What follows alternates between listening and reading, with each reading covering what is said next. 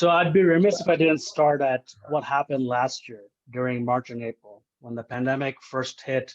It felt like we had to pivot overnight, not just in our personal lives, but in our professional lives and how we do our work and the change that we try to drive in our communities. So I'm curious, from your perspective, what was it like for you guys, and how did you basically administer your programs in this new reality we lived in? And this time we'll start with Emma. Thanks. Yeah.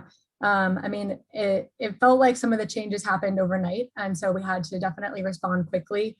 It was a moment to kind of step away from maybe some of the longer term strategy that we had planned out and think about how we can respond in the moment. And we were really able to do that because of some of the program pillars we already had established. So back last April, in what felt like a couple day period, we stood up an entirely new grants program and a matching program that reached out to our business partners, so our customers, our suppliers, our reps, and more, and allowed them to nominate nonprofits that were responding to COVID-19 in their community.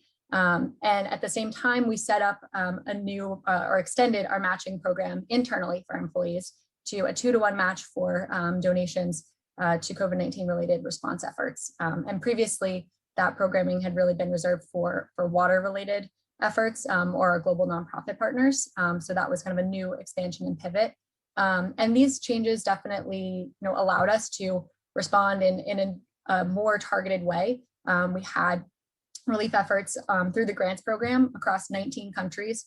And that focus kind of shifted over time as we worked with our employees and partners to kind of address the needs being brought up in different regions.